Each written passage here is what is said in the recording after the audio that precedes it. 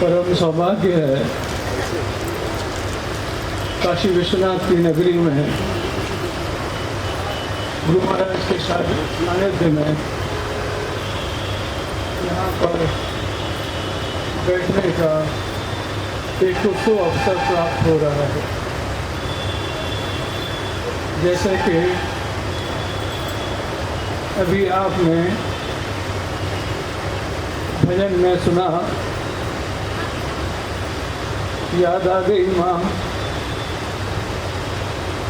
सवेरे से। वास्तव में माँ की महिमा का वर्णन आज तक कोई नहीं कर पाया है। हमारे गुरु महाराज कहते हैं माँ महात्मा और गुरु। माँ शब्द वास्तव में गुरु रूपेण शब्द है। जिस प्रकार माँ अपने बालक को प्यार करती है, ठीक वैसे ही गुरु भी अपने भक्त को प्यार करते हैं। एक कवि ने माँ की महिमा का वर्णन करने की कोशिश की। वो कवि कहता है कि माँ तू चंद्रमा से भी महान है, क्योंकि चंद्रमा में दाग है लेकिन तेरे पास अमृत। कभी आगे बढ़ता है और कहता है कि माँ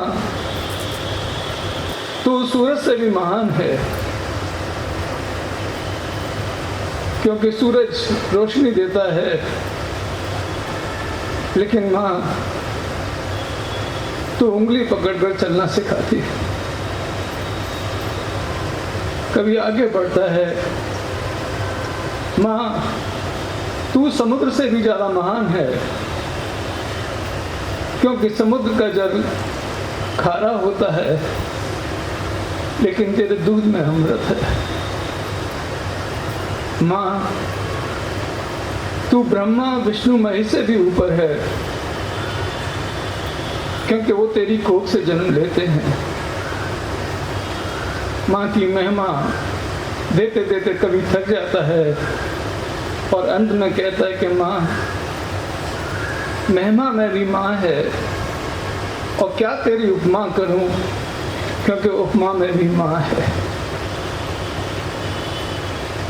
आज माँ के बारे में जब ये भजन सुना तो माँ की दयालुता का, वात्सल्यता का एक मर्मम चेहरा मेरे दिमाग में आ गया। आपने सुना होगा वाजिद अली शाह साहब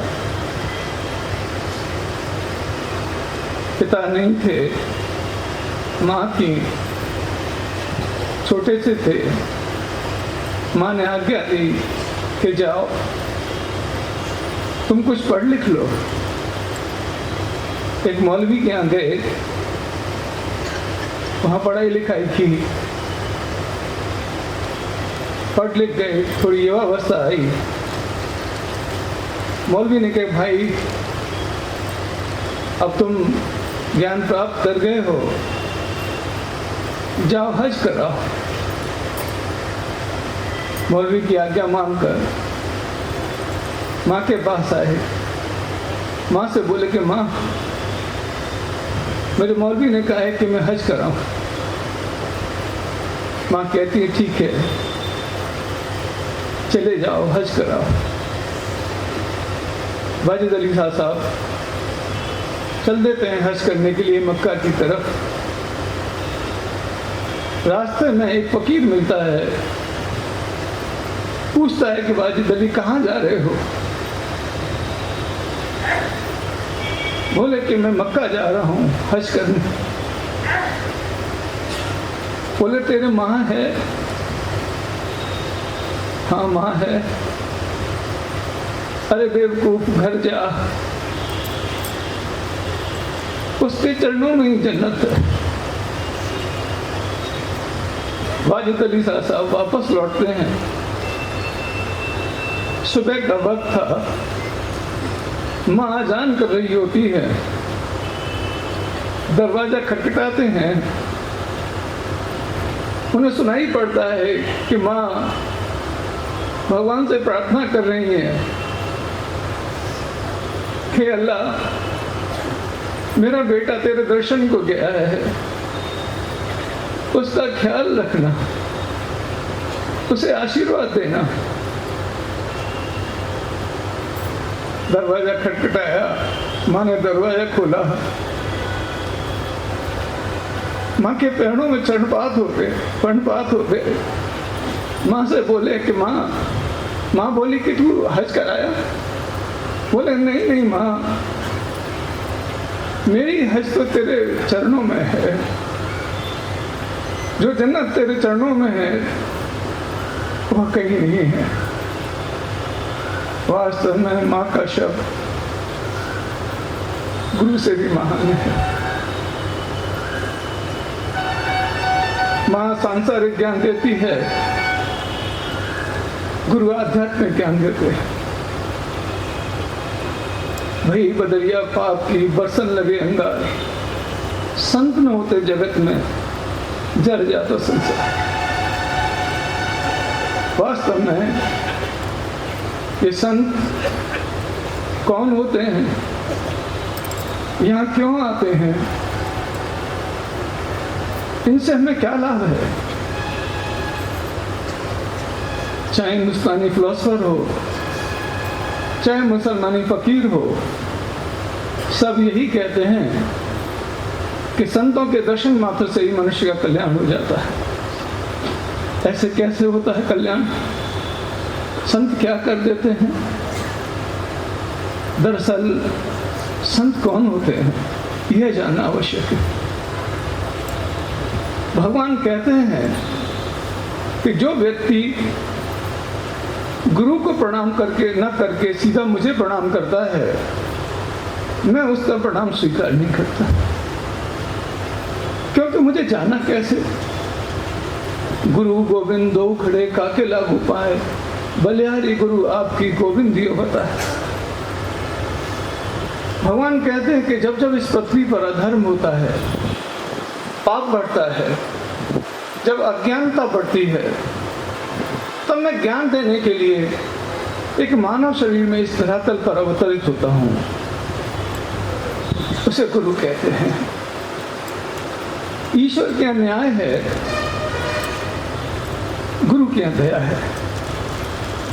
हम जो भी कर्म करते हैं, कर्म करते हैं, भगवान क्या लिस्ट है, उसके हिसाब से वो हमें स्वर्ग और नर्क देते हैं। लेकिन गुरु के यहाँ और माँ के यहाँ सिर्फ दया है। आपने सुना होगा उद्धव गीता में महाभारत का युद्ध समाप्त हो चुका था। उद्धव के मन में काफी संशय थे, काफी सवाल थे। वो कृष्ण से पूछते हैं, इजाजत मांगते हैं कि मन में मेरे कुछ विचार हैं, कुछ सवाल हैं, मैं आपसे जानना चाहता हूं। कृष्ण समझ गए थे। उन्हें उद्धव पूछो, क्या पूछना चाहते हो? तो भगवान सच्चा मित्र कौन होता है? उन्होंने कहा सच्चा मित्र वो होता है जो बिन मांगे अपने मित्र की सहायता करे और उसका साथ दे। उद्धव पूछते हैं, कृष्ण जब ध्रुव पीड़ा हो रही थी, आपके 5 मित्र वहां मौजूद थे, एक दूसरे को दांव पर लगा रहे थे। तब आपकी मित्रता कहाँ थी? तब आप कहाँ थे? यहाँ तक कि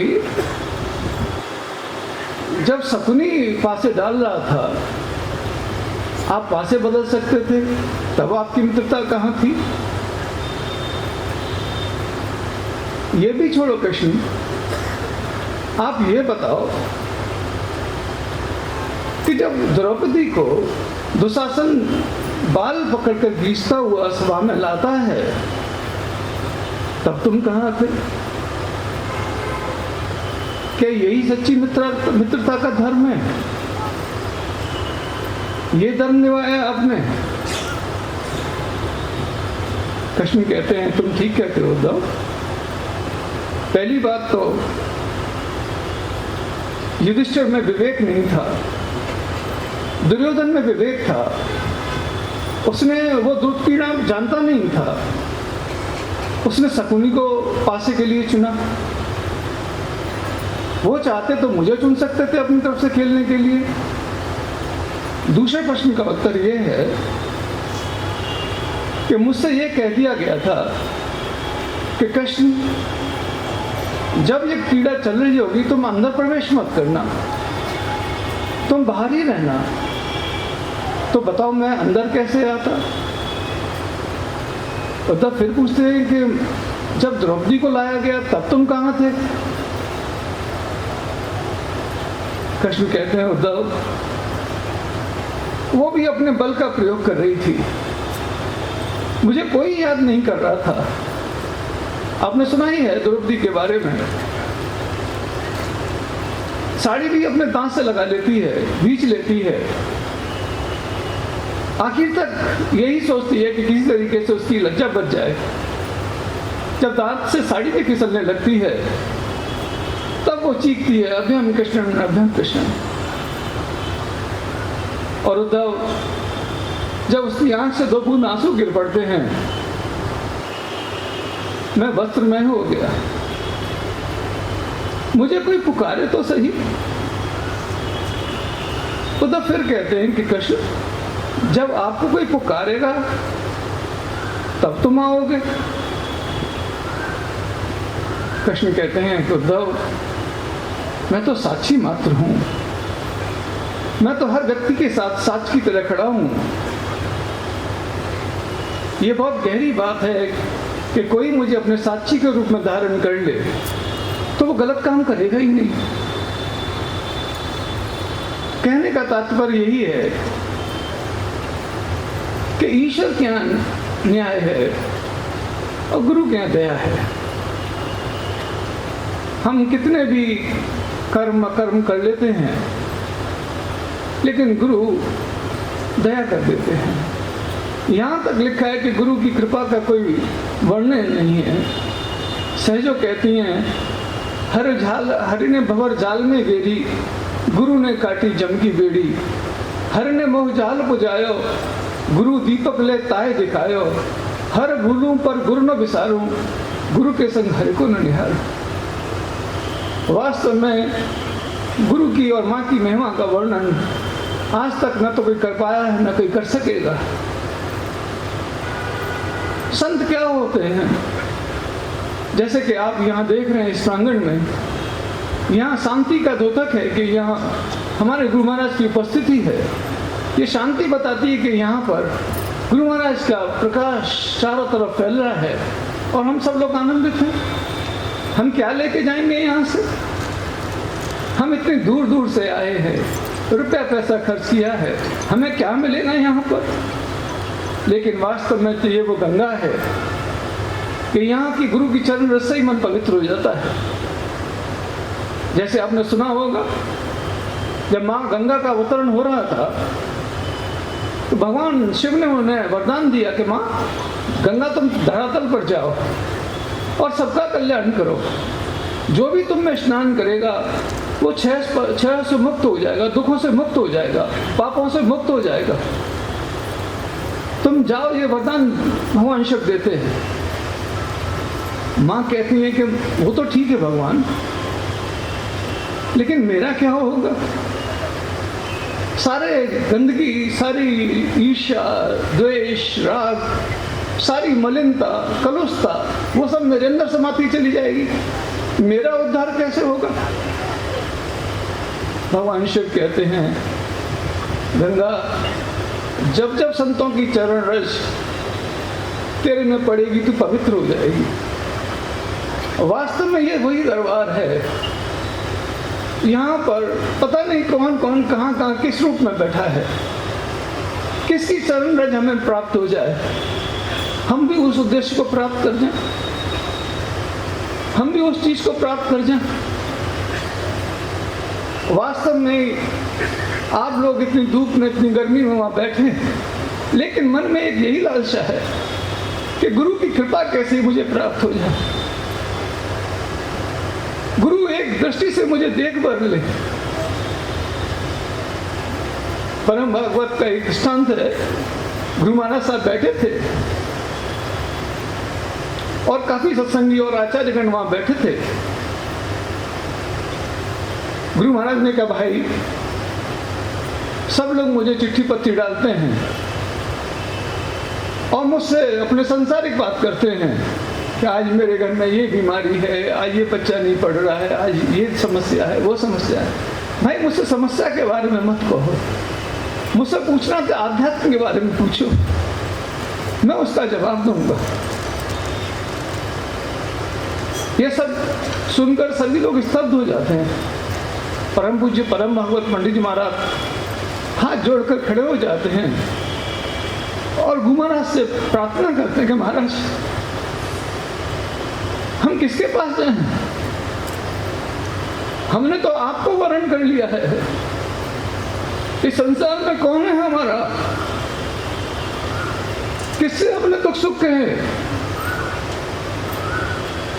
हमने तो आपको वरण किया है, जो भी माना है आपको माना है। आपके सिवा हमारा कौन है? गुरु महाराज मुस्कुराते हैं, कहते हैं कि पंडित तुम ठीक कहते हो। वास्तव में पतित पावन विरत तुम्हारा कौन है नाम धरो। अरे कष्ट को महल दिए आपने, लेकिन तंदुल तो सुदामा ने खाए। सुदामा को महल दिए, लेकिन तंदुल सुदामा ने खाए। द्रौपदी की लाज बचाई, लेकिन द्रौपदी की भी कहानी। ये दरबार तो वो दरबार है, यहाँ पर बस गुरु की नजर एक बार पड़ जाए, मन लगे न लगे, हम किसी भी अवस्था में हैं। जैसे कहा जाता है कि 24 घंटे में संसार में 23 घंटे संसार के काम करो, लेकिन 1 घंटा मुझे दे दो, वो भी आपके लिए। आधा घंटा सुबह, आधा घंटा शाम। बहुत से लोग कहते हैं कि मन नहीं लगता है, बहुत विचार आते हैं, लेकिन हमारे गुरु महाराज का आदेश है कि ना, तुम बैठो। जब हम लोग सब बैठते हैं तो गुरु हमारे मन में, बुद्धि में, अहम में बनने लगते हैं और धीरे धीरे अंदर की सारी कलुषता निकलती चली जाती है। गुरु क्या करते हैं? वास्तव में जो अपनी सत्संग की साधना जो गुरु महाराज ने हमारी साधना दी, वो साधना है क्या? वो भरने की साधना है।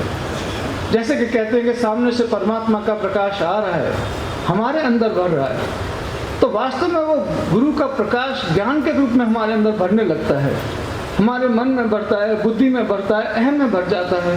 अंदर से सारे विकार, कलुषता, राग, द्वेष, ईर्ष्या सब खत्म होता चला जाता है। करना क्या होगा? बस आधा घंटा सुबह और आधा घंटा शाम को बैठना पड़ेगा। मन लगे न लगे, विचार आवे ना आवे, लेकिन एक नियम होना चाहिए। बस आधे घंटे उस गुरु की शरण में बैठ भर जाए। वृंदावन में एक सूरदास थे, बस जन्म से ही अंधे थे, दिखाई देता नहीं था, लेकिन रोज 100 सीढ़ियां चढ़कर माँ राधा रानी के दर्शन करने जाते थे। युवा अवस्था से बालकाल अवस्था से युवा अवस्था आ गई, युवा अवस्था से प्रौढ़ अवस्था आ गई। सर जर्जर हो गया था, कशकाय हो गया था, लेकिन तब भी वो जाते थे। तो लोग, एक बार वो जा रहे थे, सर्दी का समय था, सीढ़ियों से गिर पड़े, चोट लग गई, खून बहने लगा। तो किसी ने कहा कि भाई आप अंधे हो, सूरदास हो, आपको दिखाई नहीं देता है, आप दर्शन नहीं कर पाते माँ को। फिर आप क्यों जाते हो इतने ऊपर चढ़कर? सूरदास कहते हैं कि आप ठीक कहते हो भाई, मुझे तो नहीं दिखाई देता, लेकिन मेरी माँ की नजर तो मुझ पर पड़ जाती होगी, मेरी माँ तो मुझे देख लेती होगी। ऐसे ही हम दरबार में बैठे हैं, यह दरबार दीन को आदर रीत सदा चले आई। यह वह दरबार है यहाँ आदमी सुदामा बनकर आता है और कृष्ण बनकर जाता है। यह वह दरबार है यहाँ आदमी रंग बनकर आता है और राजा बनकर जाता है। गुरु महाराज से प्रार्थना में जैसे भी हैं, न कोई सत्कर्म किए हैं, न अच्छे कर्म किए हैं, जैसे भी हैं आपके हैं, आपका व्रत है हम लोगों पर कृपा करना, आपसे ही प्रार्थना है, हम सब पर दया करें और कृपा करें।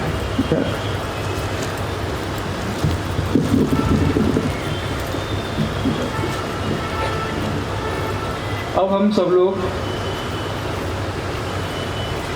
अपने गुरु महाराज द्वारा प्रतिपादित